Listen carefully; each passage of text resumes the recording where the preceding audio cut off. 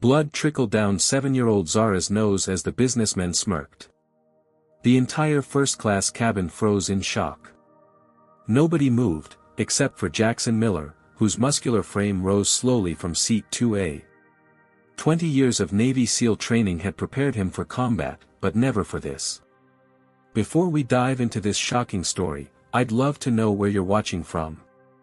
Drop your location in the comments, hit that like button, and subscribe to follow more stories of justice being served. Can you believe what happens next when this decorated Navy SEAL decides enough is enough? The morning had started like any other for Tiana Williams as she guided her 7-year-old daughter Zara through the bustling Atlanta International Airport. As the chief pediatric surgeon at Grady Memorial Hospital, Tiana was accustomed to high-pressure situations. Today's flight to San Francisco wasn't for leisure. She had been invited to present her groundbreaking surgical technique at a medical conference that could save thousands of children's lives. "Mommy, will the plane go above the clouds?" Zara asked, her bright eyes wide with excitement as she clutched her beloved stuffed rabbit, Hoppy. "Yes, baby. We'll go so high you might even see angels," Tiana replied, squeezing her daughter's small hand. Despite the early hour, Tiana's phone had already buzzed several times with hospital emergencies she'd handed off to colleagues. This trip was rare quality time with Zara, who often had to share her mother with critically ill children. At the gate, a pleasant surprise awaited them. "Dr. Williams? We've upgraded you to first class based on your frequent flyer status," the gate agent announced with a smile. "Both you and your daughter." Tiana hadn't flown first class in years, always choosing to save the hospital's travel budget for equipment rather than comfort.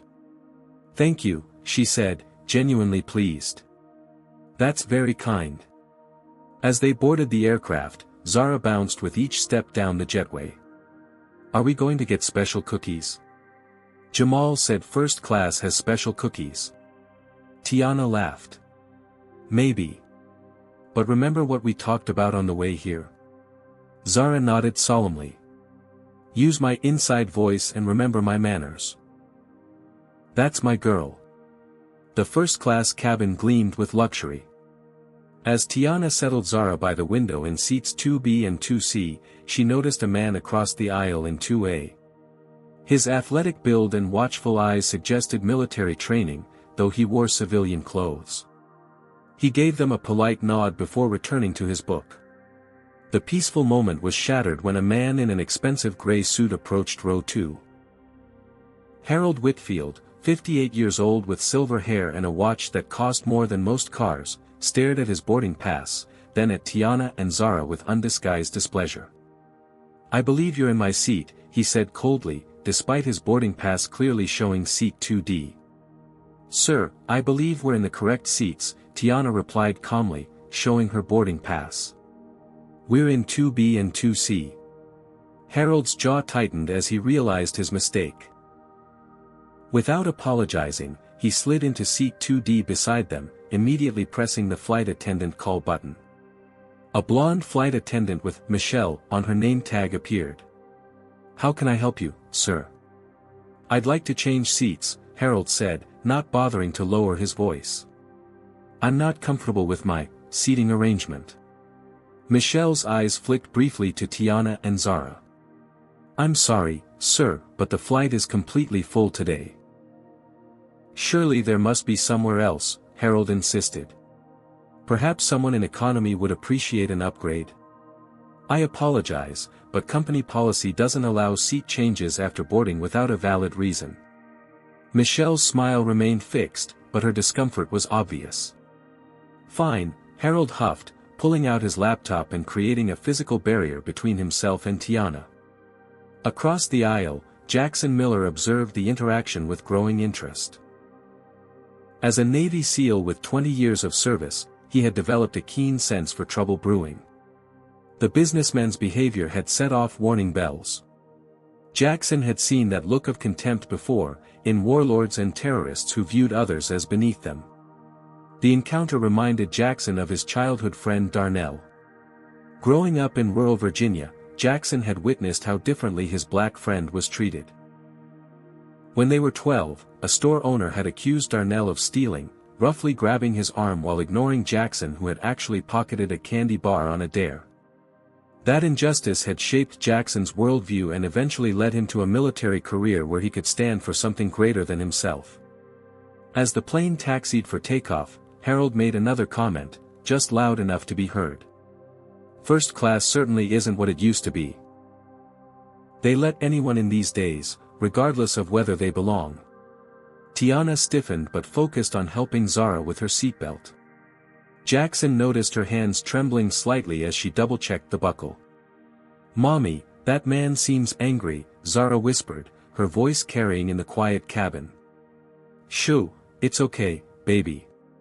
Some people just wake up on the wrong side of the bed," Tiana whispered back, though her eyes reflected hurt. Once they reached cruising altitude, Michelle began the first-class beverage service. She served Harold first. "Scotch, neat," he demanded without looking up from his laptop. When Michelle reached Tiana and Zara, she smiled warmly. "What can I get for you ladies?" "Apple juice, please," Zara said excitedly. "And just water for me, thank you," Tiana added. Harold snorted. "Apple juice in first class? Ridiculous." Jackson watched as Tiana's shoulders tensed again. He had seen that protective posture countless times in war zones, a parent trying to shield their child from surrounding dangers. But this wasn't a war zone. This was a domestic flight in America. The plane suddenly hit a pocket of turbulence. The "fasten seatbelt" sign dinged on as the aircraft jerked violently. Zara's apple juice launched from her tray table, arcing perfectly through the air and landing directly on Harold's expensive suit pants and laptop. "Mommy!" Zara gasped in horror. Harold's face contorted with rage as amber liquid seeped into the light gray fabric. The cabin went silent as every passenger watched to see what would happen next. "You little brat!" Harold bellowed, slamming his laptop closed and jumping to his feet despite the illuminated seatbelt sign. Apple juice dripped from his pant leg onto his Italian leather shoes. "I'm so sorry," Tiana said immediately, reaching for the cocktail napkins. "It was the turbulence. Let me help you clean that." "Don't touch me," Harold hissed, backing away from her outstretched hand as if she carried a disease. "This is a $5,000 suit. Do you have any idea what that means?" "Of course you don't." Tiana's face flushed with embarrassment and anger. "Sir, it was an accident caused by turbulence. My daughter is only 7 years old." "Well, maybe if you knew how to teach your child some manners," Harold sneered, emphasizing the word "your" in a way that made its subtext clear to everyone within earshot. "But I suppose that's asking too much from certain people." The coded language hung in the air like poison. Passengers in nearby rows became intensely interested in their magazines or the clouds outside their windows. No one intervened. No one made eye contact. "Excuse me," Michelle the flight attendant said, hurrying over with a handful of napkins. "Let me help with that, sir." "This suit is ruined," Harold continued, ignoring Michelle's attempts to dab at the stain. "I have a board meeting immediately after landing. What am I supposed to do now? Show up looking like I let a child use me as a sippy cup?" Jackson Miller watched the scene unfold, his jaw tightening. The businessman was making a spectacle, but what bothered Jackson more was how the other passengers averted their eyes, pretending not to notice. It was the same enabling silence he'd witnessed in villages halfway around the world when local strongmen abused their power. Zara's bottom lip trembled as tears welled in her eyes. "I didn't mean to," she whispered. "Well, you did it anyway, didn't you?" Harold snapped at the child. "And now look what happened." "Sir, please return to your seat." "The seatbelt sign is still illuminated," Michelle said, her voice professional but lacking any real authority. "Not until I get some assurance that I'll be compensated for this damage," Harold insisted. "That laptop might have been affected too. That's thousands of dollars of potential damage." The airline has a process for filing claims for incidents like this, Michelle explained. I can bring you the paperwork. I don't want paperwork. I want accountability, Harold said, glaring at Tiana. I want them removed from first class.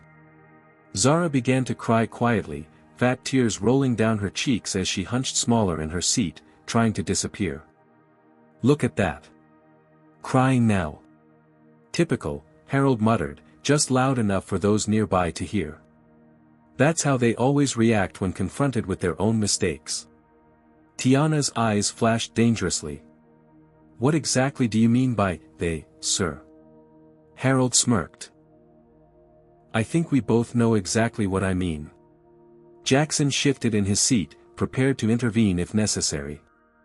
20 years of combat experience had taught him to recognize when a situation was about to escalate beyond words.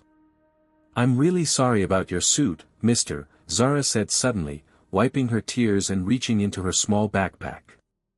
She pulled out her beloved stuffed rabbit, Hoppy, extending it toward Harold. Maybe Hoppy can help you feel better. He always makes me feel better when I'm sad.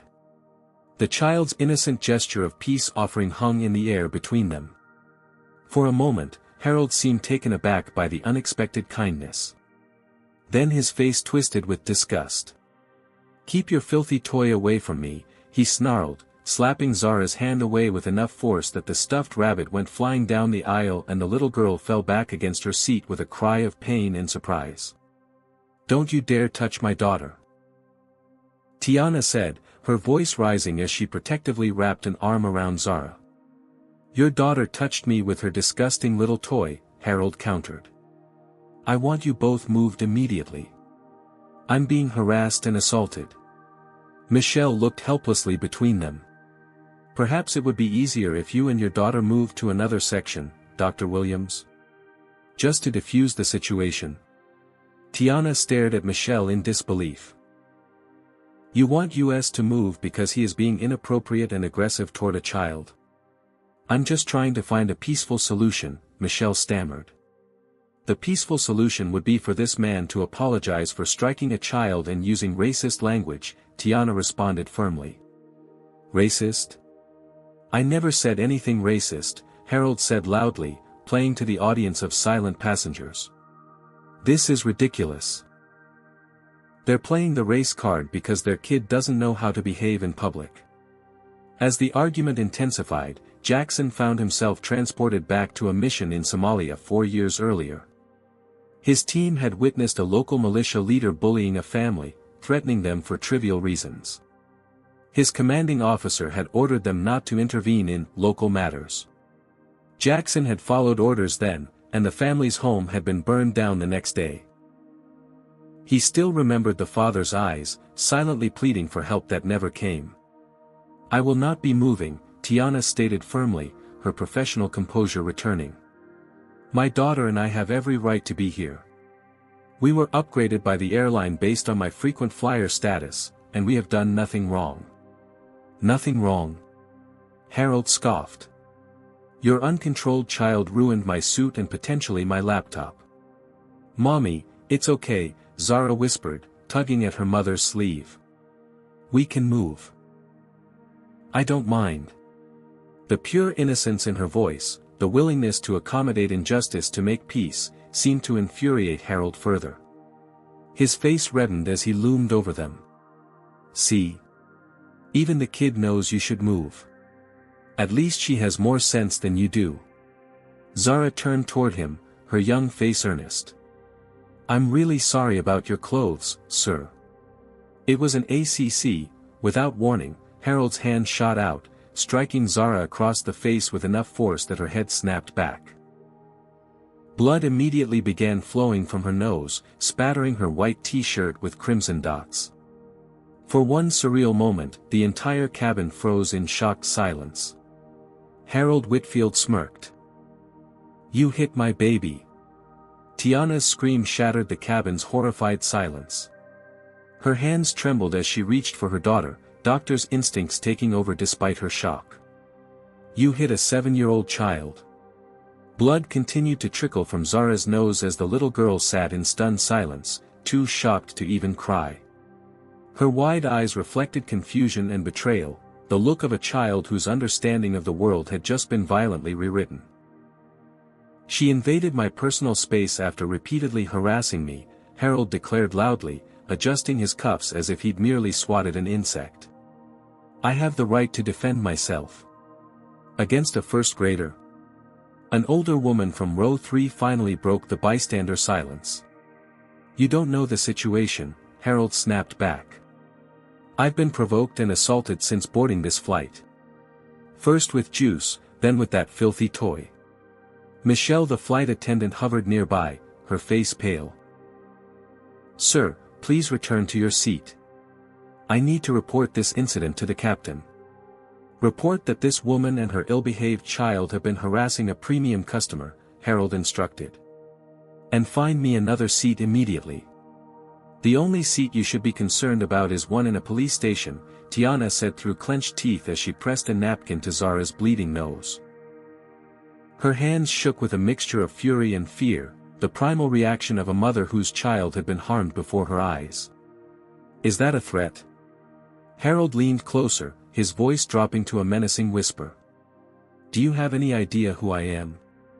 I could buy and sell that hospital you work at 10 times over before lunch. How do you know where I work?" Tiana asked, suddenly alert to a new dimension of threat. Harold smiled coldly. "Your hospital ID is hanging from your bag. Tiana Williams, Chief of Pediatric Surgery. By tomorrow, the board will know exactly what kind of trouble you cause." The threat hung in the air between them, a reminder of how power and privilege operated in the real world, beyond the supposed equality of the law. In seat 2A, Jackson Miller flashed back to another memory. His last deployment had taken him to a classified location where he'd seen children used as pawns by those in power. He had sworn then that if he ever witnessed such abuse in civilian life, he would not stand by. 20 years of discipline kept his rage contained, but his decision was made. Zara, recovering from her initial shock, began to cry quietly. "Mommy, my face hurts. Why did he hit me?" "I said sorry." "Because he's a bad man, baby," Tiana whispered, her voice breaking. "Some people are just bad inside." "That's slander," Harold snapped. "I acted in self-defense against persistent harassment." "She's 7 years old." Tiana repeated, her voice rising. "What kind of monster hits a child?" The co-pilot emerged from the cockpit, summoned by Michelle's urgent report. "What's going on here?" he demanded, taking in the blood-stained napkins and the crying child. "This man struck my daughter across the face," Tiana stated firmly. "I want him arrested when we land." "She's exaggerating," Harold countered smoothly. "The child lunged at me with a toy after deliberately spilling juice on my suit. I merely deflected her. If anyone should be facing consequences, it's this woman for failing to control her child in a premium cabin." The co-pilot looked between them, uncertainty evident in his expression. Harold's confident delivery and expensive suit created the appearance of authority, while Tiana's emotional state made her seem less credible despite the evidence of injury. "She has a bloody nose," the co-pilot observed. "She worked herself up into a state and got a nosebleed," Harold dismissed. "Children get nosebleeds all the time." "That's not what happened." Tiana protested. "Multiple passengers saw him hit her." All eyes turned to the surrounding passengers, looking for confirmation. One by one, they lowered their gazes, suddenly fascinated by their shoes or the safety cards in their seatback pockets. No one wanted to get involved. No one wanted to challenge a man who radiated wealth and connections. Jackson watched this collective failure of moral courage with growing disgust. He had seen it before, the way power insulated itself through intimidation and the complicity of witnesses. He had promised himself never again. "I need everyone to calm down," the co-pilot said, clearly out of his depth. "Sir, for now, please return to your seat. We'll sort this out after landing." I will not sit next to these people, Harold insisted. I demand to be moved. Mommy, Zara whispered, her voice quavering but suddenly urgent. Hoppy is gone. Tiana looked down the aisle where the stuffed rabbit had landed after Harold had knocked it from Zara's hands. Another passenger had picked it up, but instead of returning it, had tucked it into their bag, taking advantage of the chaos. This small, additional injustice, the theft of a traumatized child's comfort item, was the final straw for Zara. She began to sob in earnest, her small body shaking with the force of her distress. I want Hoppy. The bad man made Hoppy go away. Shut that child up, Harold demanded. This is exactly why children don't belong in first class. Sir, please return to your seat, the co-pilot repeated, more firmly this time. No. Harold stood his ground. Either they go, or I go. And trust me, you don't want me to make an issue of this with your airline's executive team. I play golf with your CEO. The co-pilot hesitated, visibly calculating the professional risk of challenging a seemingly powerful passenger versus protecting a bloodied child. Zara looked up at her mother, her innocent face streaked with blood and tears. It's okay, Mommy, we can move, she repeated her earlier offer, her voice small and defeated. I don't want to sit by the bad man anymore. It was this, the sound of a child learning to accommodate injustice, to make herself smaller in the face of cruelty, that finally triggered Harold's undoing. You should listen to your brat, he sneered. At least she knows her PL, Harold never finished his sentence. As Zara turned toward him once more, perhaps to apologize again despite everything, Harold's hand shot out reflexively, striking her directly in the face with a closed fist this time. Blood spurted from Zara's nose, spattering across the white headrest cover. The businessman smirked, as if satisfied to have established his dominance once and for all. The entire first-class cabin froze in collective shock. Nobody moved, except for Jackson Miller, whose muscular frame rose slowly from seat 2A. 20 years of Navy SEAL training had prepared him for combat, but never for this. In the stunned silence that followed Harold's assault, Jackson Miller moved with the controlled precision that had kept him alive through 4 combat tours. 3 seconds. That's all it took for him to cross the aisle and secure Harold in a specialized restraint hold, painful enough to immobilize but leaving no visible marks. What the hell do you think you're doing? Harold gasped, his face contorted with shock as his arm was bent at an angle that promised agony if he struggled. Get your hands off me. Do you know who I am? Someone who just assaulted a child in front of 20 witnesses, Jackson replied, his voice eerily calm. The quiet intensity of his tone silenced the businessman more effectively than shouting would have. Now you're going to sit down and shut up until the authorities arrive. The cabin erupted in chaotic activity. Passengers who had been studiously avoiding involvement now had their phones out, recording. Michelle frantically called for the captain while the co-pilot stood frozen, uncertain whether to help restrain Harold or order Jackson to release him. I am a decorated combat veteran restraining an active threat, Jackson announced clearly, understanding the legal importance of establishing his intentions. I will release him when law enforcement arrives. Tiana had gathered Zara into her arms, pressing a fresh cocktail napkin to her daughter's bleeding nose while whispering reassurances. Her medical training had taken over, but her hands trembled with the particular terror that only comes from seeing one's child harmed. He hit me again, Mommy, Zara sobbed, blood and tears mixing on her small face. I didn't do anything wrong. I know, baby. I know, Tiana whispered, shooting a grateful glance toward Jackson. You did nothing wrong. That man is going to be in big trouble. The captain emerged from the cockpit, taking in the scene with the practiced calm of someone accustomed to handling emergencies.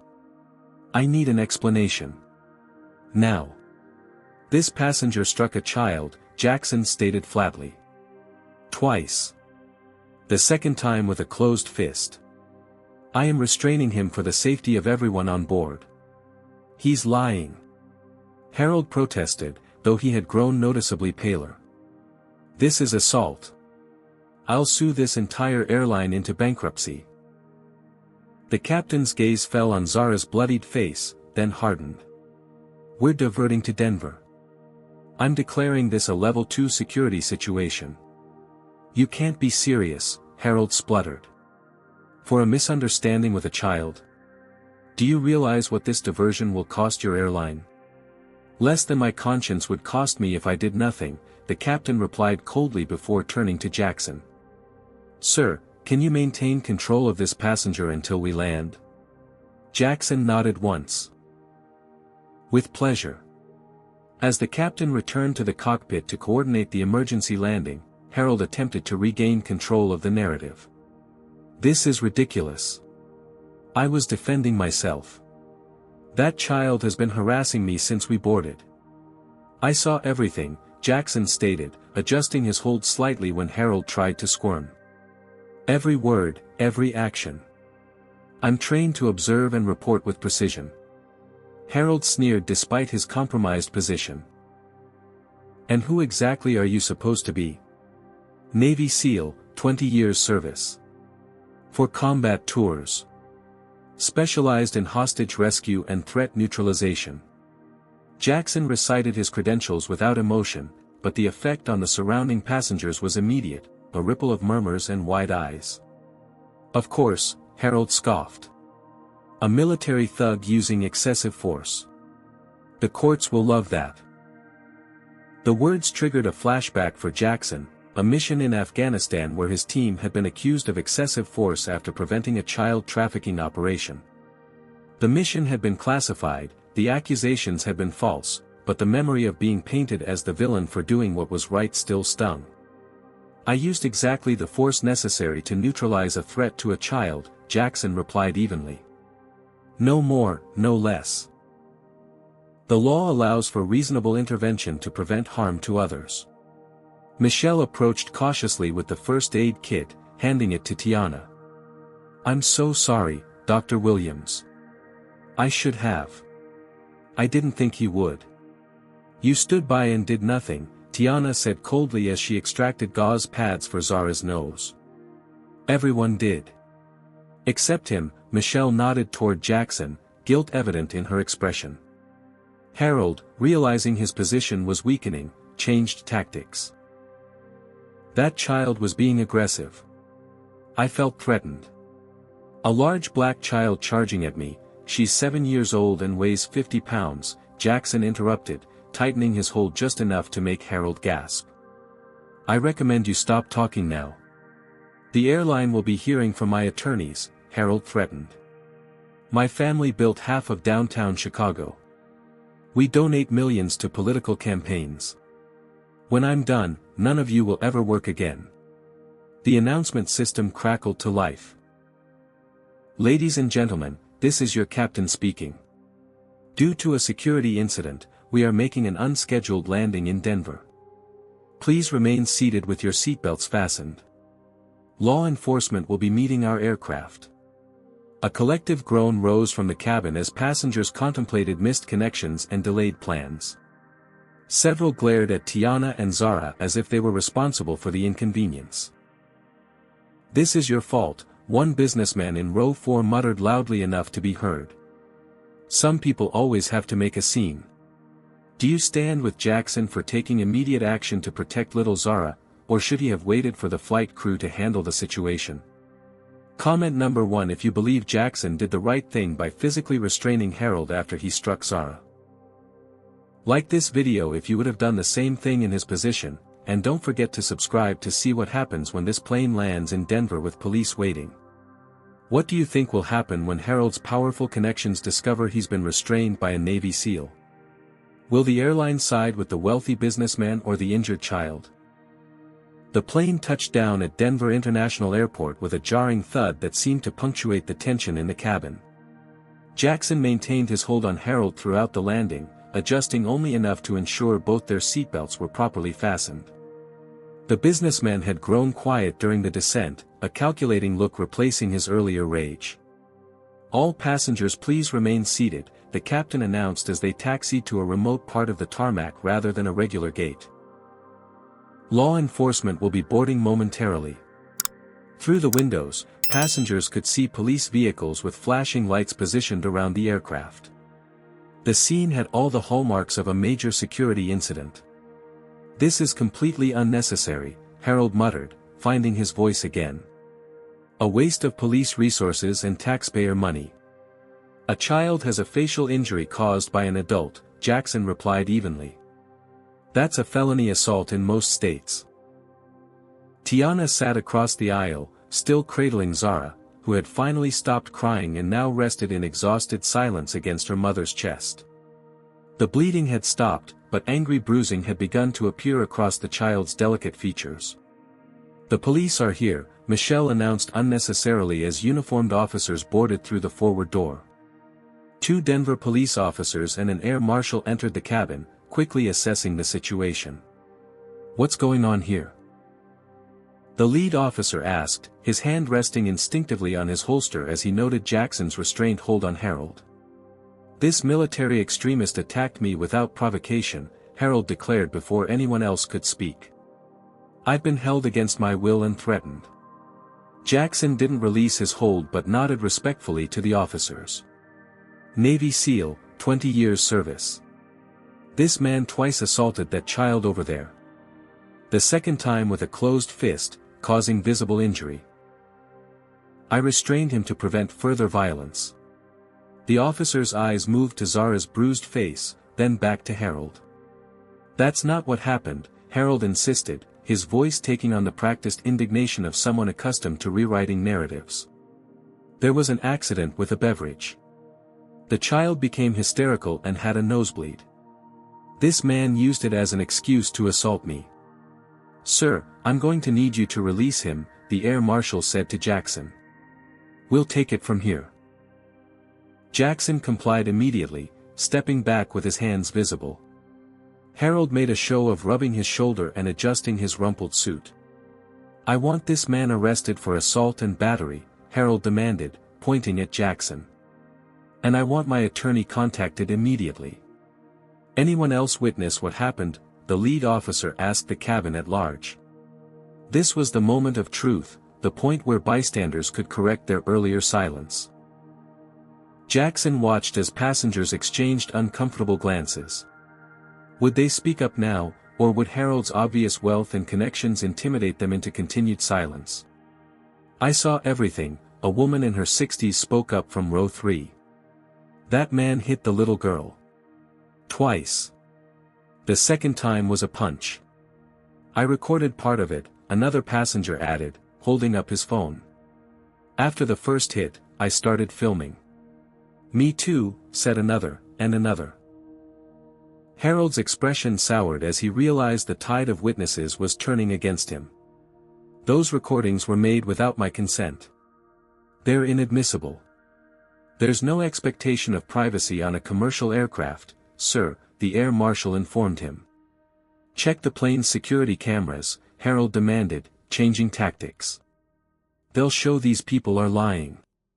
Most commercial aircraft don't have internal security cameras, sir," the lead officer said. "But we'll take statements from everyone involved." Michelle stepped forward hesitantly. "I should. I need to report what I saw." Harold fixed her with a cold stare. "Remember your employment situation before you speak, young lady." The implied threat hung in the air, but Michelle straightened her spine. "He hit the child. I saw it clearly both times." "This is absurd," Harold protested. "I'm being railroaded because of reverse racism.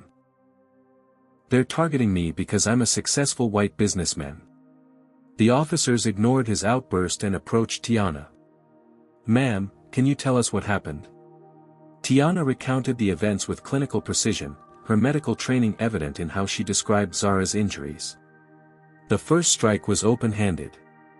The second was a closed fist to her face with sufficient force to cause immediate bleeding and what will likely be significant bruising. "She's exaggerating," Harold cut in. "I barely touched the child."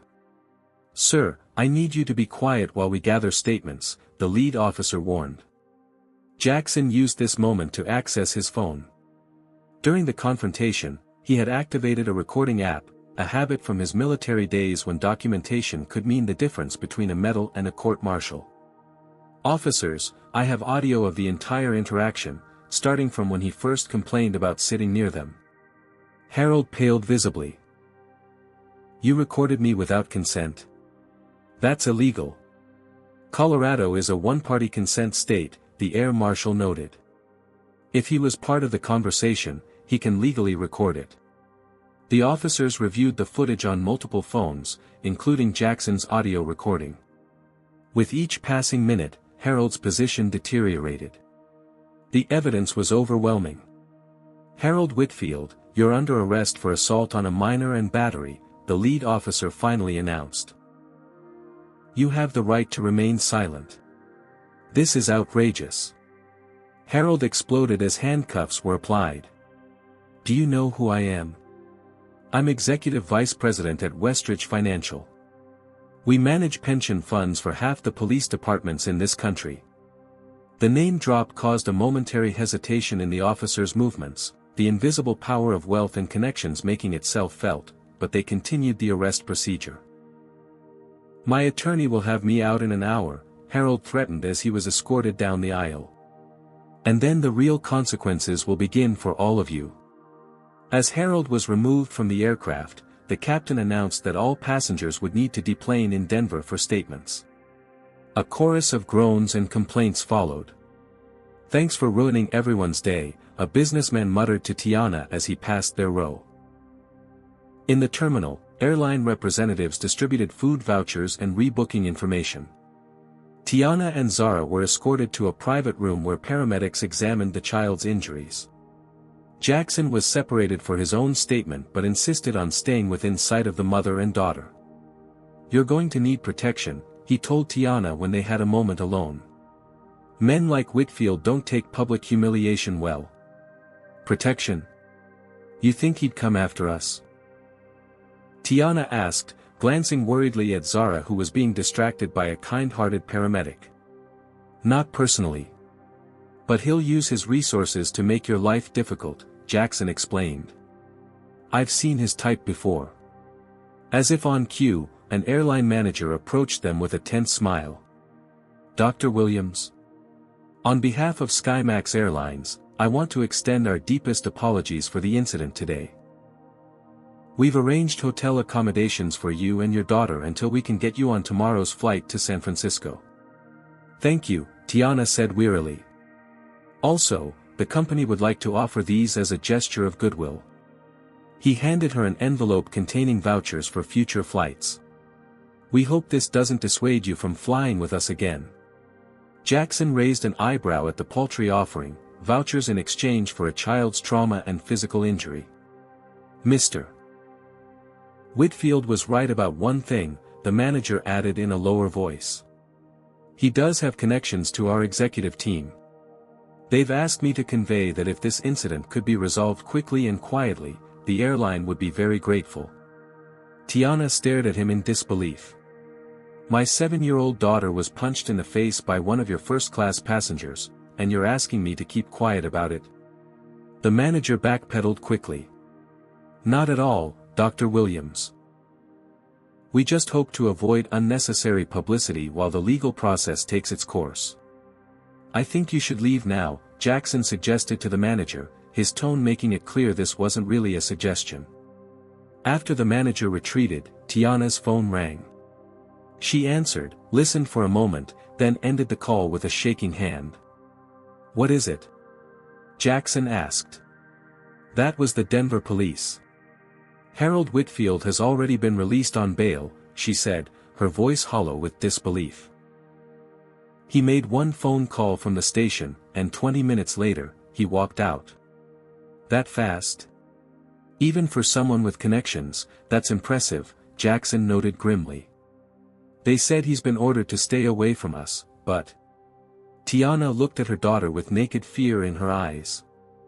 As they were checking into the airport hotel an hour later, Tiana received another call, this one from a private number. Her face grew progressively paler as she listened. "Who was that?" Jackson asked when she hung up. Someone who didn't identify themselves, Tiana said quietly so Zara wouldn't hear. They said if I pursue charges against Harold Whitfield, they'll make sure I lose my medical license for pattern of instability and false accusations. They knew details about my custody arrangement with Zara's father. They knew where my mother lives in Atlanta. Her voice broke. How could they know all that so quickly? Jackson's expression darkened. This confirmed his suspicions about Whitfield's reach. Don't delete that call. It's evidence of witness intimidation. What am I supposed to do? I can't risk my career or my daughter's safety, Tiana whispered. You're not in this alone anymore, Jackson assured her. He pulled out his phone and made a call of his own. Devin. Jackson Miller. I need a favor. Remember that situation in Kandahar when you said you owed me one? I'm calling it in. Over the next hour, Jackson's phone buzzed continuously with incoming messages. As a Navy SEAL, he had connections of his own, brothers in arms who understood that the battle for justice sometimes continued on home soil. Who's Devin? Tiana asked as Jackson reviewed the information flowing into his phone. Former SEAL, now works in digital security, Jackson explained. He's looking into Harold Whitfield and Westridge Financial. Why are you doing all this for us? Tiana asked, genuine confusion in her exhausted eyes. You don't even know us. Jackson was silent for a moment, watching Zara who had finally fallen asleep on the hotel bed, her small face discolored with bruising. Because 20 years ago, I made a promise to myself that I wouldn't look away when someone abuses power to hurt the vulnerable. Not in war zones, and not at home. His phone buzzed again. Jackson read the message, his expression hardening. What is it? Tiana asked. Harold Whitfield has a history, Jackson said grimly. Devin found 3 separate incidents settled with non-disclosure agreements. All involving allegations of assault, all quietly buried with money and connections.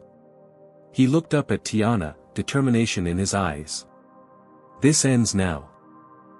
Dawn broke over Denver as Tiana sat by the hotel window, watching Zara sleep. The child's face was a watercolor of purple and yellow bruises, a stark reminder of yesterday's violence. Outside, rain pattered against the glass, matching Tiana's somber mood. She hadn't slept. How could she, when a wealthy stranger had demonstrated such frightening ability to threaten her family and career within hours?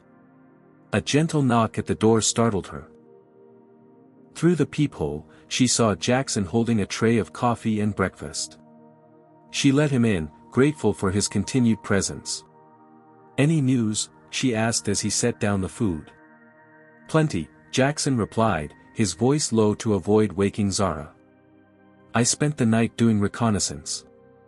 In military parlance, reconnaissance typically involved gathering intelligence in hostile territory.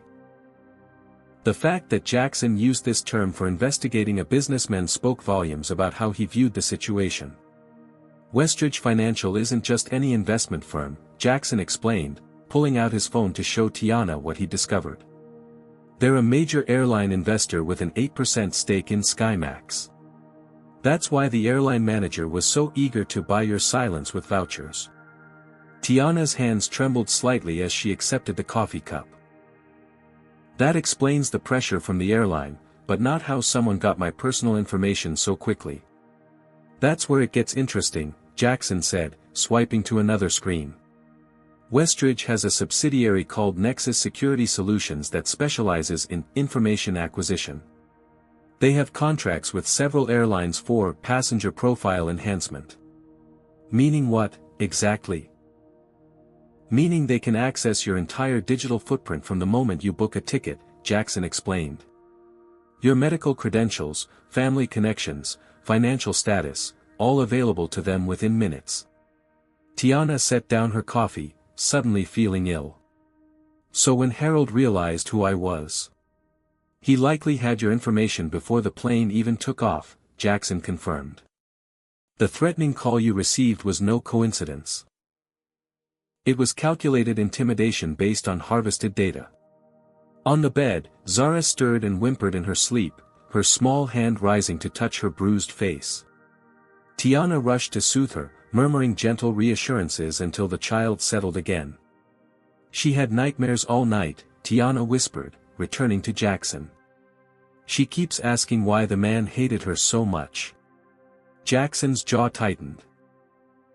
As a combat veteran, he'd witnessed countless acts of violence, but few things affected him as deeply as harm to children. How's her physical condition? The bruising looks worse than yesterday, but that's normal with facial injuries, Tiana replied, her medical training evident in her assessment.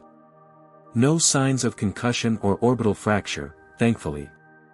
Jackson nodded, then hesitated before sharing his next discovery. There's more. Devon found a pattern of similar incidents involving Whitfield. 3 settlements with non-disclosure agreements in the past 5 years, all following allegations of assault. All children? Tiana asked, horror creeping into her voice. No. 2 flight attendants and 1 hotel concierge. All people in service positions who supposedly disrespected him. All people of color. Jackson's expression darkened. The NDAs were ironclad, with severe financial penalties for speaking out. And the victims agreed to this? When the alternative is career destruction and legal bankruptcy. Most people can't afford to fight someone with Whitfield's resources, Jackson explained. The system is designed to make silence the only practical option. Before Tiana could respond, her phone rang, another unknown number. She answered hesitantly, putting it on speaker. Dr. Williams, a formal voice inquired. This is Carlton Hayes, Chief of Surgery at Grady Memorial. I understand there was an incident on your flight yesterday. Tiana's back straightened instinctively at her supervisor's voice. Yes, sir. A passenger assaulted my daughter. We had to divert to Denver. There was an uncomfortable pause before Hayes continued. I've received some concerning calls about your behavior, Tiana. Allegations of you provoking a conflict, using racial accusations to cover for your daughter's misbehavior. What? Tiana gasped. That's completely false. My daughter was punched in the face by a grown man.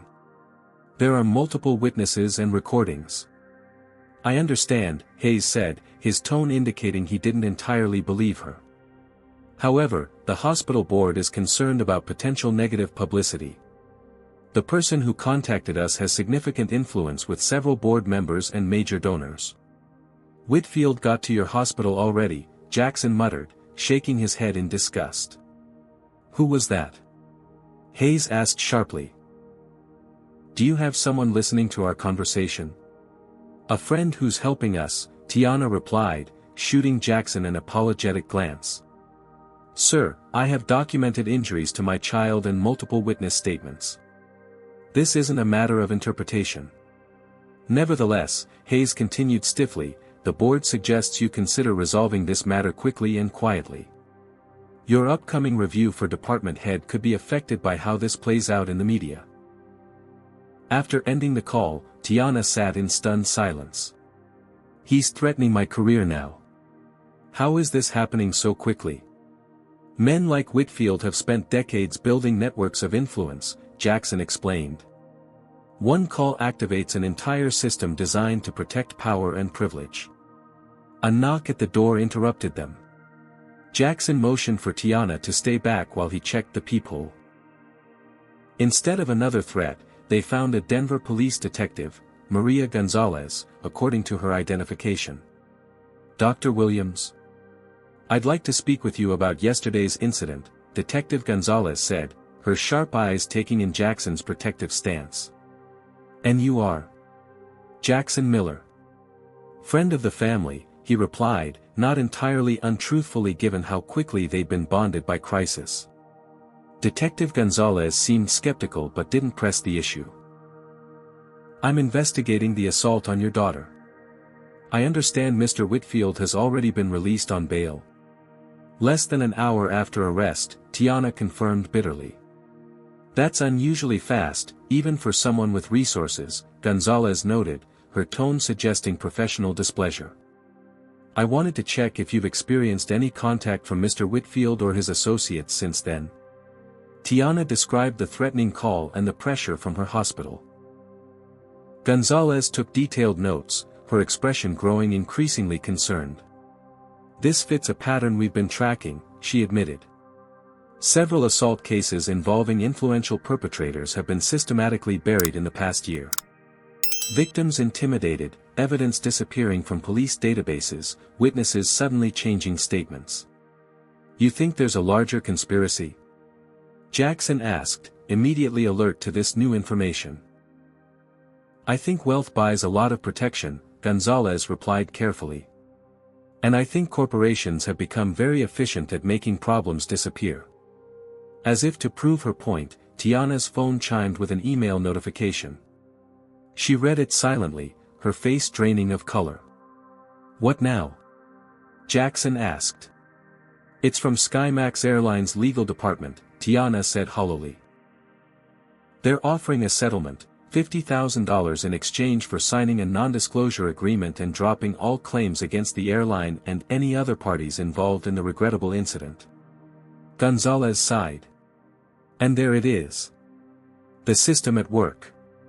This isn't just about money, Jackson said, connecting the dots. Whitfield's trying to establish a pattern. If you take the settlement and sign the NDA, it becomes another buried incident. His behavior continues unchecked. On the bed, Zara finally woke up, rubbing her eyes carefully around the bruised areas. Mommy? My face still hurts. I know, baby, Tiana said, moving to comfort her daughter. Detective Gonzalez is here to help us. Zara's eyes widened with fear. Is the bad man coming back? No, sweetheart, Gonzalez assured her gently. He can't come near you again. But the child's fear was evident in how she clung to her mother, in how her eyes darted nervously toward the door. The psychological impact of the assault was written in her body language, a new wariness about the world and its safety. I want to go home, Zara whispered. I don't like it here. The simple statement crystallized the impossible position Tiana found herself in. Fighting would mean prolonging her daughter's trauma and potentially sacrificing her career. Accepting the settlement would mean allowing injustice to continue unchallenged. Jackson watched the internal struggle play across Tiana's face. He recognized it well, the same calculation he'd had to make in war zones when principle collided with practicality. There might be another option, he said finally. If this is part of a pattern, then other victims might be willing to break their silence if they knew they weren't alone. The NDAs have severe penalties, Gonzalez reminded him. Only if the disclosures are made public, Jackson countered. But what if they spoke confidentially to law enforcement about a pattern of criminal behavior? NDAs can't legally prevent reporting crimes. For the first time since the assault, a glimmer of hope appeared in Tiana's eyes. You think we could find others willing to come forward? With the right approach, Jackson nodded. My team specializes in extracting people from seemingly impossible situations. Your team? Gonzalez raised an eyebrow. Jackson met her gaze steadily. Former Navy SEALs with specialized skills in intelligence gathering and strategic operations. All legal, he added, though his tone suggested they occasionally operated in gray areas when necessary. I don't want to know details, Gonzalez decided, standing to leave. But if evidence of a pattern of criminal behavior happened to find its way to my desk, I would be obligated to investigate. After the detective departed, Tiana turned to Jackson. Is this really possible? Going against someone with Whitfield's resources? Jackson's phone buzzed with an incoming message. He read it, then looked up with grim satisfaction. Devon just identified 2 more incidents involving Whitfield. Different airlines, similar patterns, all buried with NDAs. He pocketed his phone with determination. Yes, it's possible. But it won't be easy, and it won't be quick. I have a medical conference presentation in 3 days, Tiana said, reality crashing back. Zara needs stability, not more trauma. I understand, Jackson said. But ask yourself this, if you accept the settlement and the NDA, what happens to the next child Whitfield encounters? The next woman? The next person he decides doesn't belong in his space? The question hung between them, heavy with moral weight. Zara's small voice broke the silence. Mommy, did I do something wrong on the plane? No, baby, Tiana answered immediately, gathering her daughter close. You did nothing wrong. Then why did that man hurt me? The innocent question, the fundamental plea for the world to make sense, solidified Tiana's resolve. Because he's done it before and nobody stopped him, she answered honestly. But this time is different. She looked up at Jackson, determination replacing fear in her eyes. What do we need to do first? The Denver hotel conference room wasn't designed for strategic operations, but Jackson Miller had conducted mission planning in far worse conditions. Maps and documents covered the table while 3 laptops displayed different streams of information. In the 36 hours since Harold Whitfield's assault on Zara, a resistance had formed. Devens confirmed 5 previous incidents, Jackson explained to the small group gathered around the table. 3 covered by NDAs, 2 never reported due to intimidation. Devin Harris, a former SEAL with cybersecurity expertise, nodded in agreement. His fingers moved constantly across his keyboard, digging through digital records. Whitfield's got a system. Incident occurs, Westridge Financial's crisis team deploys, witnesses are identified and neutralized, victims are offered settlements with strict NDAs, and all evidence disappears. Tiana studied the pattern board they'd created. And the airlines just go along with this? Westridge owns significant stakes in 3 major carriers, explained Leila Cabrera, a former military intelligence officer Jackson had called in. They leverage their investor status to pressure compliance. Employees who don't play ball find themselves terminated for unrelated reasons. Detective Gonzalez, who had returned in an unofficial capacity, shook her head in disgust. The system's designed to protect wealth and power, not justice. In the adjoining hotel room, Zara sat with Jackson's former teammate Rick Taylor, a gentle giant who had served as the SEAL team's medic. Despite his intimidating size, Rick had a natural way with children. He was teaching Zara breathing techniques disguised as a game. Okay, little warrior, breathe in for 4 counts like you're filling your power tank, Rick instructed, demonstrating the deep breath. Hold for 4 counts to store the power, then release for 4 counts to send your strength throughout your body. Zara followed his instructions, giggling despite her still bruised face. It tickles in my tummy. That's your power growing, Rick assured her with a wink. These are special Navy SEAL breathing tricks that help us stay calm when things get scary. Through the connecting door, Tiana watched this interaction with gratitude. While the physical bruises on her daughter's face were healing, the psychological trauma remained. Zara had awakened screaming twice during the night, convinced the bad man was coming back to hurt her. The hotel phone rang, startling everyone. Jackson answered cautiously, listened for a moment, then hung up with a troubled expression. Front desk. There's a courier with a delivery for Dr. Williams. Layla immediately moved to the window, scanning the street below. Could be surveillance. I'll check it out. Minutes later, she returned with a sealed legal envelope. After checking it for anything suspicious, she handed it to Tiana. Inside was a formal letter from Westridge Financial's legal team. The language was polished and professional, but the message was clear: if Tiana proceeded with charges against Harold Whitfield, they would pursue countercharges alleging she had fabricated the incident for financial gain. They cited multiple witnesses willing to testify that Zara had been disruptive and aggressive throughout the flight.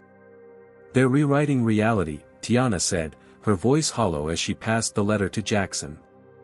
Standard intimidation tactic, he replied after scanning the document. But notice they've increased the settlement offer to $200,000. "They're getting nervous," Devon noted without looking up from his computer. "They wouldn't quadruple the offer if they weren't concerned." A ping from Devon's laptop drew everyone's attention. "Got something." Email exchange between Whitfield and SkyMax's VP of Security discussing passenger incident management protocols. Essentially a playbook for handling situations exactly like this. "How did you access that?" Detective Gonzalez asked, then immediately raised her hand. "Never mind. I don't want to know. Let's just say there are whistleblowers inside SkyMax who aren't comfortable with covering up assaults," Devon replied cryptically. Jackson's phone buzzed with a notification. A video had been posted to social media showing the aftermath of Whitfield's assault on Zara. Though it didn't capture the punch itself, it clearly showed the child's bloodied face and Whitfield's aggressive behavior afterward. "It's trending," Jackson noted with grim satisfaction. #Justice for Zara is gaining traction. Tiana's phone rang next, the hospital again. This time, she put it on speaker for everyone to hear. "Tiana, it's Hayes again. The board is extremely concerned about this social media situation. Mr. Whitfield's attorneys have contacted us directly, threatening legal action against the hospital for your defamatory campaign." "I haven't posted anything," Tiana protested. "Nevertheless, this is becoming a significant liability issue. I'm afraid we need to place you on administrative leave pending resolution." The call ended with Tiana staring at the phone in disbelief. "He just suspended me. My entire career." "They're isolating you," Jackson explained, recognizing the tactic from his military days. "Cut off support systems, create financial pressure, force capitulation." "We need to accelerate," Devon announced, looking up from his screen. "Whitfield knows we're gathering information. He started scrubbing digital records." "Too late," Layla said with a satisfied smile, holding up a flash drive. "We've already copied everything." A gentle knock at the connecting door preceded Rick poking his head in.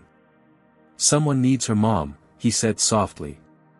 Tiana immediately went to the adjoining room where Zara sat on the bed, looking small and vulnerable. "What's wrong, baby?" "I drew a picture," Zara said, holding up a crayon drawing. "Rick said it might help me feel better."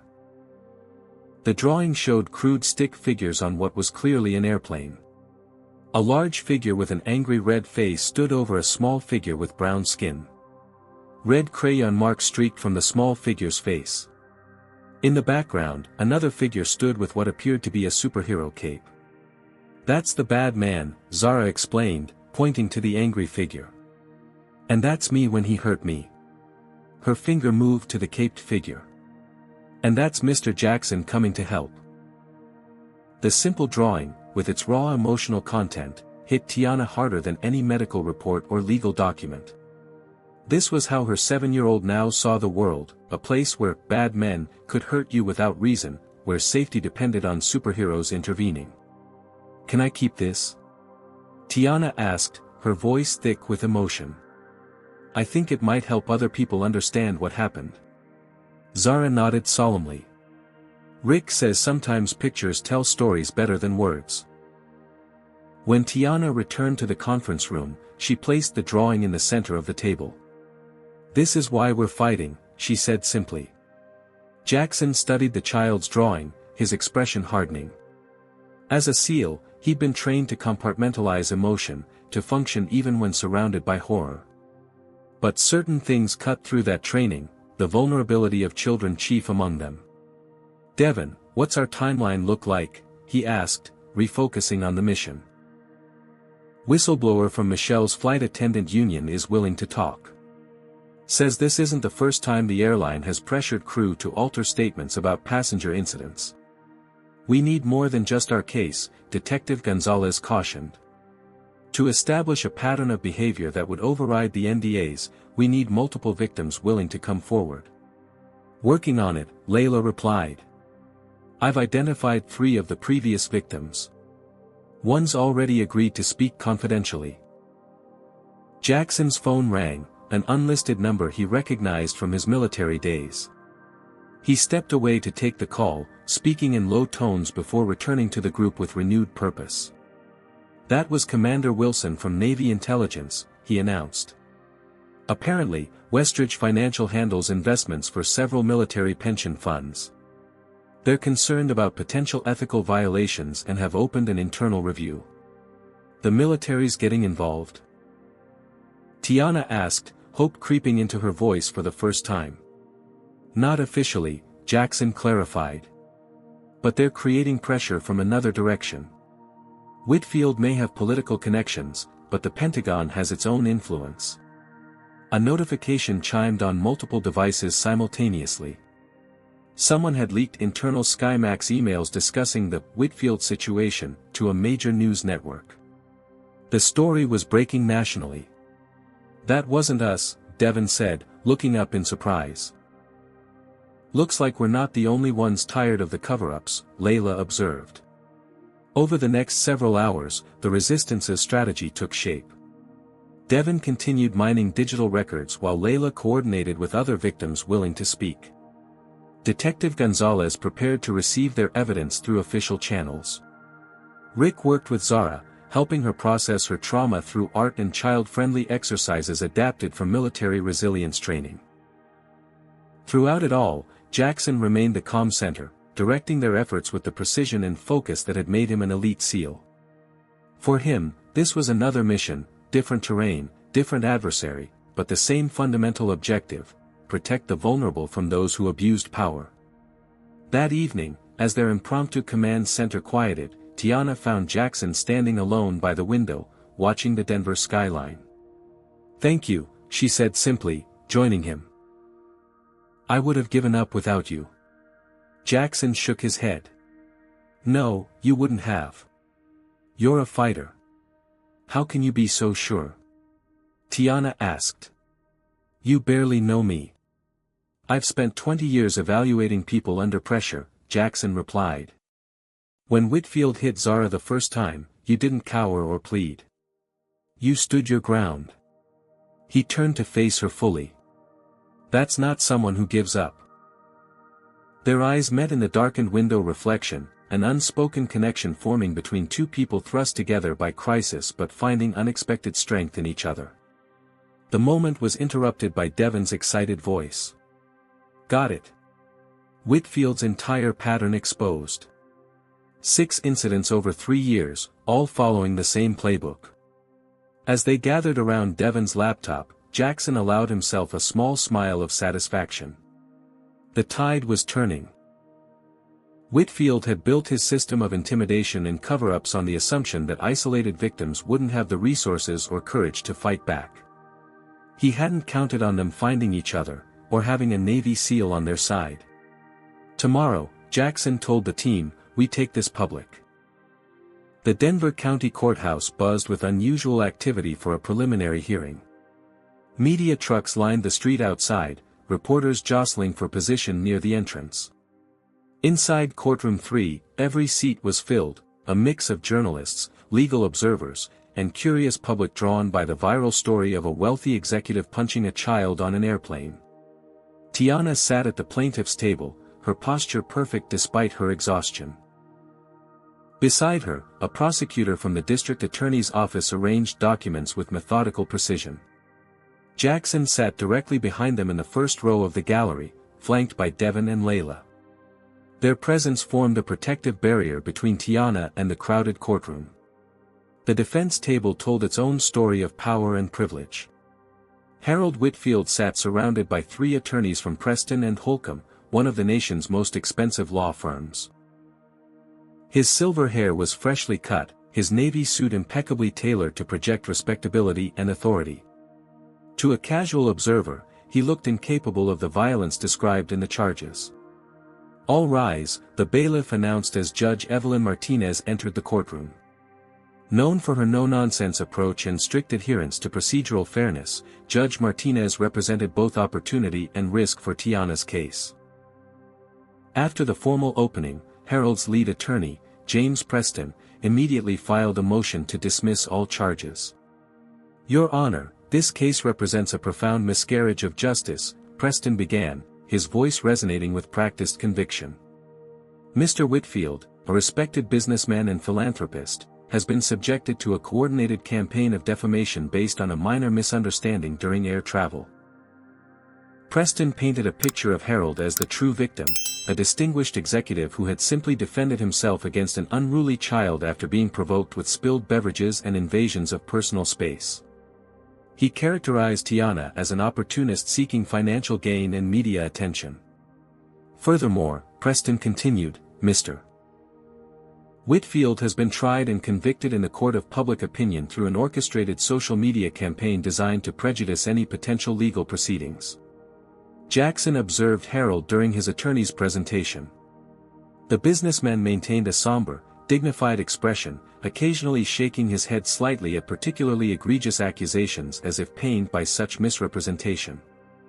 It was a masterful performance of injured innocence.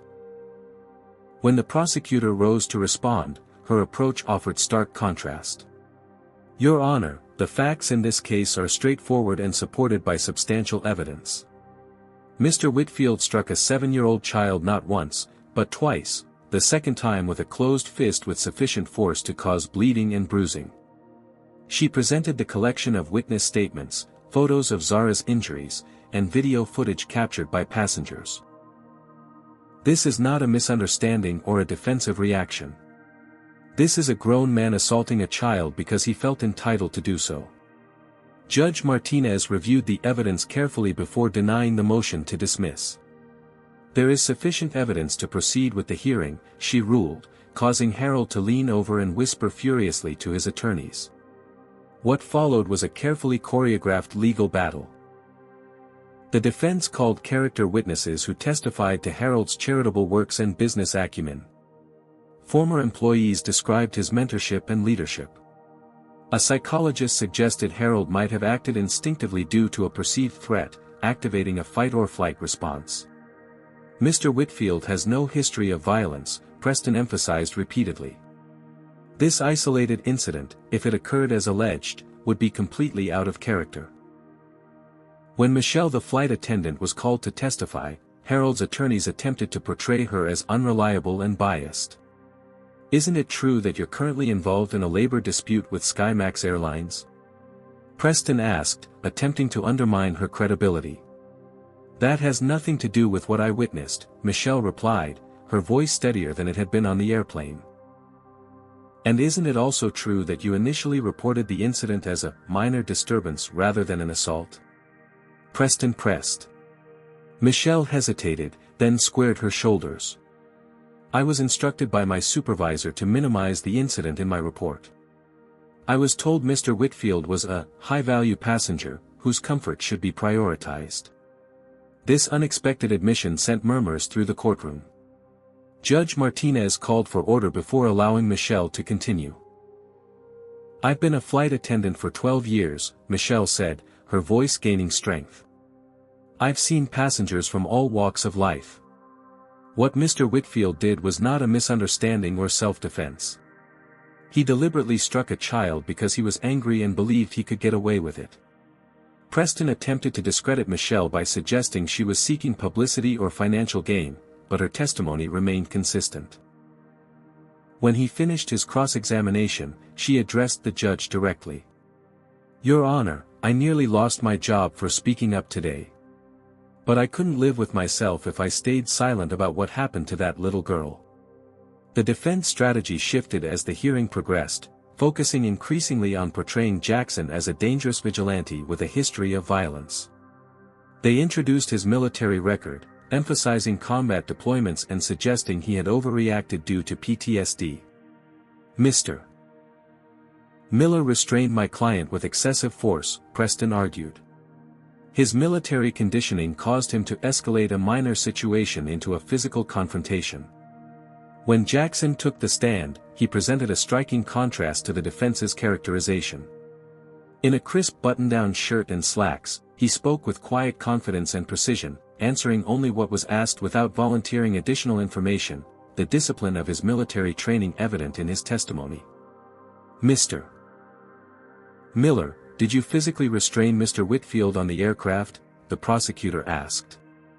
Yes, Jackson replied simply. Why did you take that action?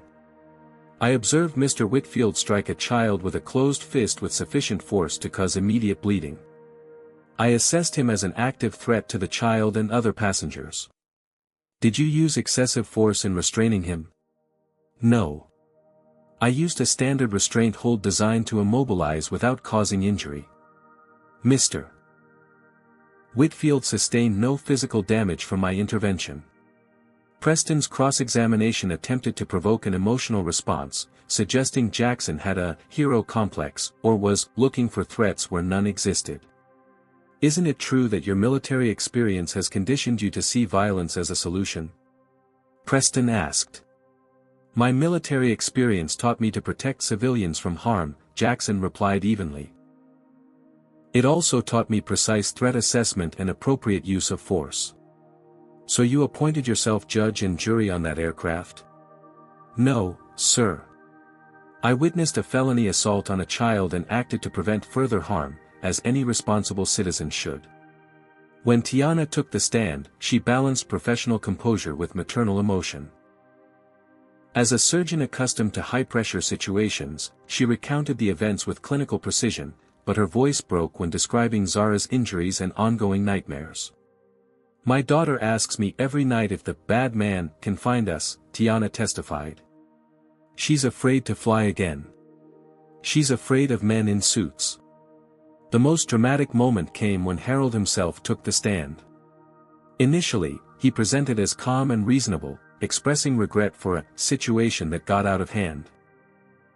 He claimed he had merely raised his hand defensively when Zara had lunged toward him repeatedly. I would never intentionally harm a child, he stated firmly. That's not who I am.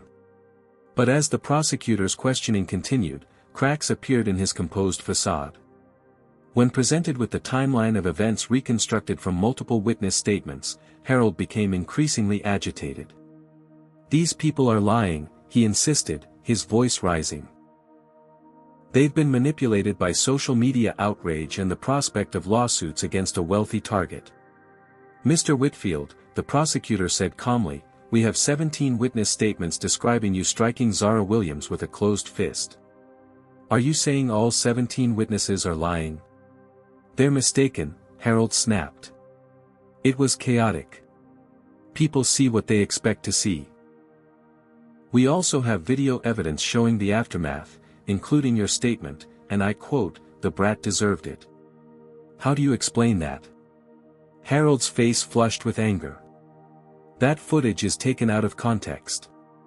This entire proceeding is a farce designed to extort money from a successful businessman. As his composure deteriorated, Harold revealed more of his true nature. He complained about special treatment for certain passengers and made thinly veiled references to people who don't know their place. From the gallery, Jackson observed the shift in the courtroom's atmosphere. Judge Martinez's expression had hardened, and several jurors were openly taking notes during Harold's increasingly defensive responses.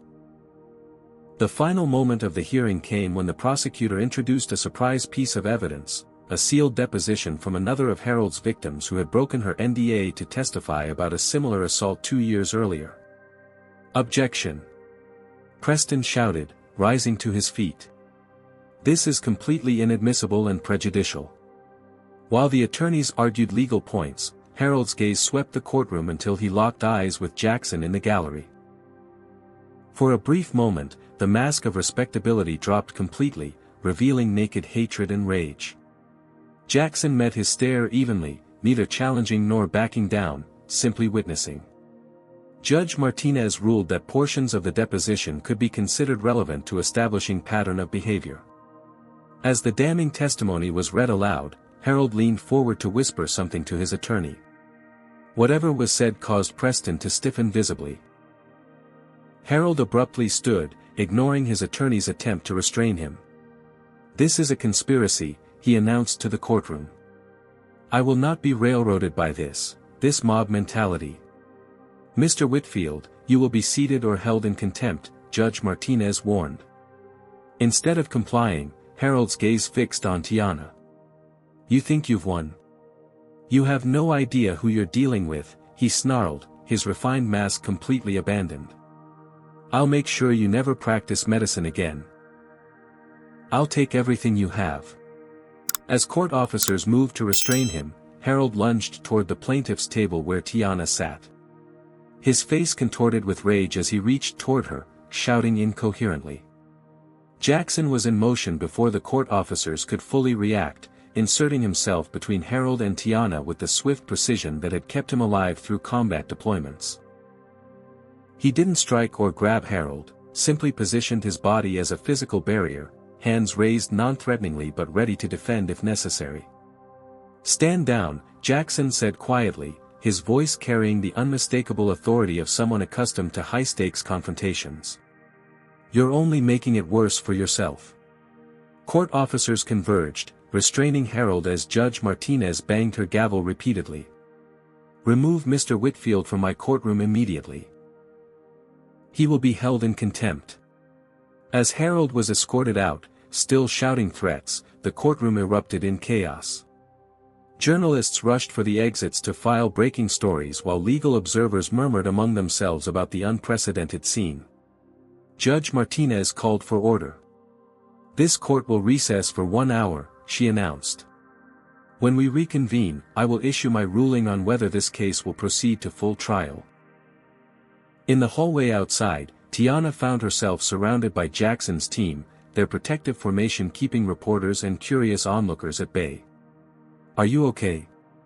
Jackson asked, his usual stoic expression softened with genuine concern.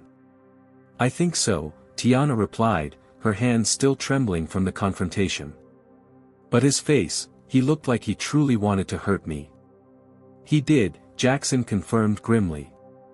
"Men like Whitfield can't handle losing control.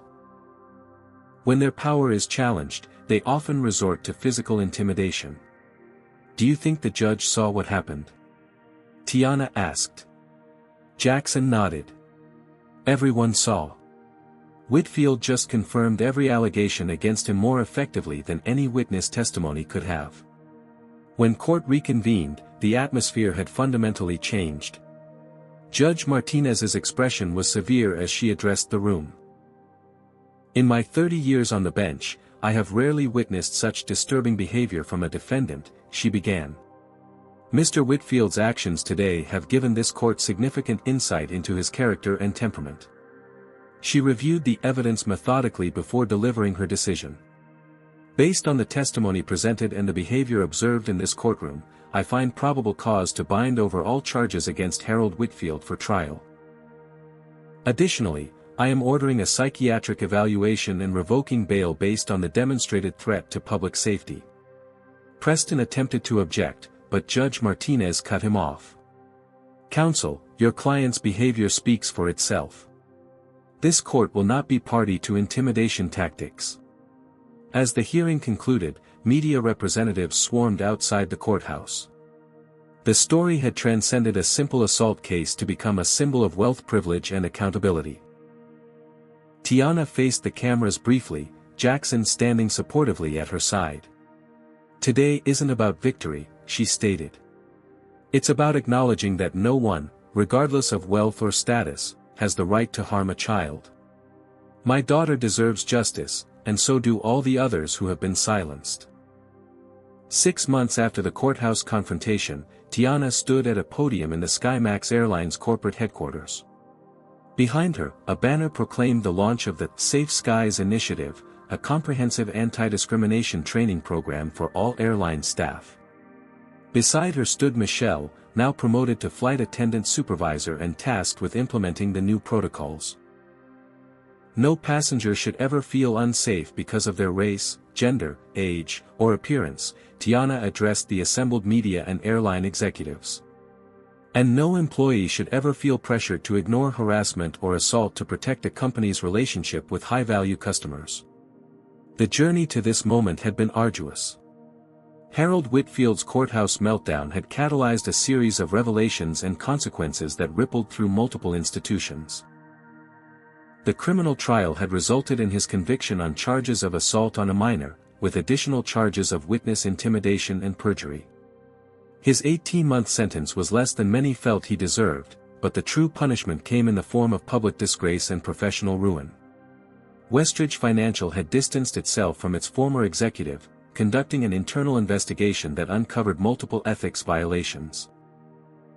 The passenger incident management protocols that had enabled cover-ups were exposed and dismantled. 3 airlines have revised their policies on reporting passenger misconduct. Most significantly, victims of similar incidents had found their voices, breaking through the culture of silence that had protected powerful abusers. For Tiana, the aftermath had brought unexpected developments. After her suspension, colleagues at Grady Memorial had rallied to her defense, forcing the hospital board to reinstate her with a public apology. Her presentation at the San Francisco Medical Conference, delayed but not cancelled, had received international attention, securing funding for her pediatric surgical innovation. As she concluded her remarks at the airline event, Tiana introduced her foundation for children affected by trauma. The Zara Williams Foundation will provide therapeutic support and advocacy for young victims of violence and discrimination, she explained. Because healing requires more than just physical recovery, it requires restoring a child's sense of safety and justice in the world. In the audience, Zara sat between Jackson and Rick, applauding her mother's speech. At 8 years old, she still carried the memory of that terrible day on the airplane, but the sharp edges of trauma had begun to soften through therapy, support, and her own remarkable resilience. Art therapy had proven particularly effective. Zara's initial crude drawings of the bad man had evolved over months into more complex expressions of her experience. Her latest piece, prominently displayed at the foundation's first fundraiser, showed an airplane where diverse passengers stood together against a single angry figure. Even in a child's simple rendering, the message was clear: community standing against hatred. After the formal presentation, Jackson approached Tiana with a rare smile. "You were right to reject the settlement offer," he said. "This impact wouldn't have been possible if you'd signed that NDA." "I couldn't have done it without you," Tiana replied, briefly touching his arm, a gesture that had become familiar between them over months of shared purpose. Their relationship had developed gradually, built on mutual respect and the unique bond formed through crisis. Jackson had remained in Denver long after his tactical expertise was needed, finding unexpected purpose in helping establish the Foundation's security protocols and mentorship program for at-risk youth. "Have you given any more thought to my offer?" Tiana asked, referring to the Foundation's proposed Director of Security position, a role Jackson was uniquely qualified to fill. "Still considering it," he replied, though his expression suggested the decision was already made. After 20 years of military service protecting American interests abroad, the prospect of protecting vulnerable children at home held profound appeal. Their conversation was interrupted by Rick calling them over to where Zara was showing something to a small group of children, other young victims of trauma who had been invited to the event. She held Hoppy, her beloved stuffed rabbit, now mended and wearing a tiny medal around its neck. "This is my brave bunny," Zara explained to the children. "He got hurt too, but Mr. Jackson's friend fixed him and made him stronger." Jackson watched as Zara demonstrated how the repaired rabbit now sat upright on its own, a small engineering enhancement Rick had added during the mending process. The children reached out to touch it with expressions of wonder, finding connection through the shared language of recovered treasures. Later that evening, a small celebration took place in Tiana's new Denver apartment. The Foundation team, including Jackson, Devin, Layla, Rick, and Detective Gonzalez, now a board member, gathered to commemorate both the launch and the one-year anniversary of the flight that had brought them together. "I have something for you," Zara announced solemnly, presenting Jackson with a carefully wrapped package.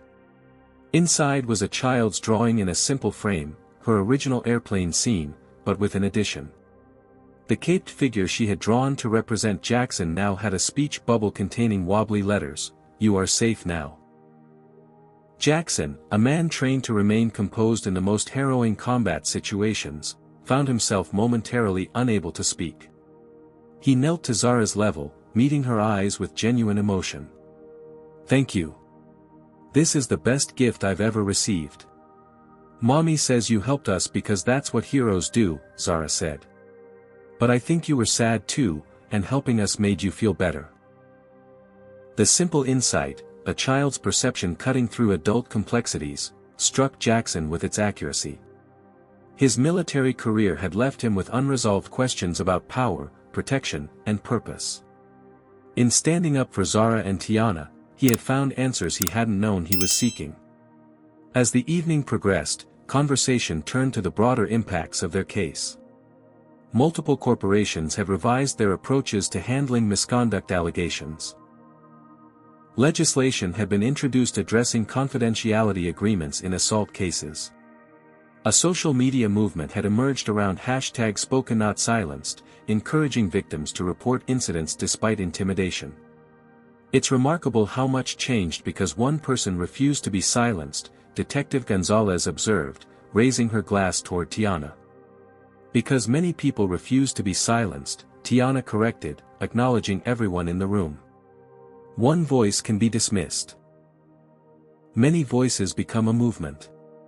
1 year after the incident, Zara boarded another airplane, this time bound for a foundation event in Chicago.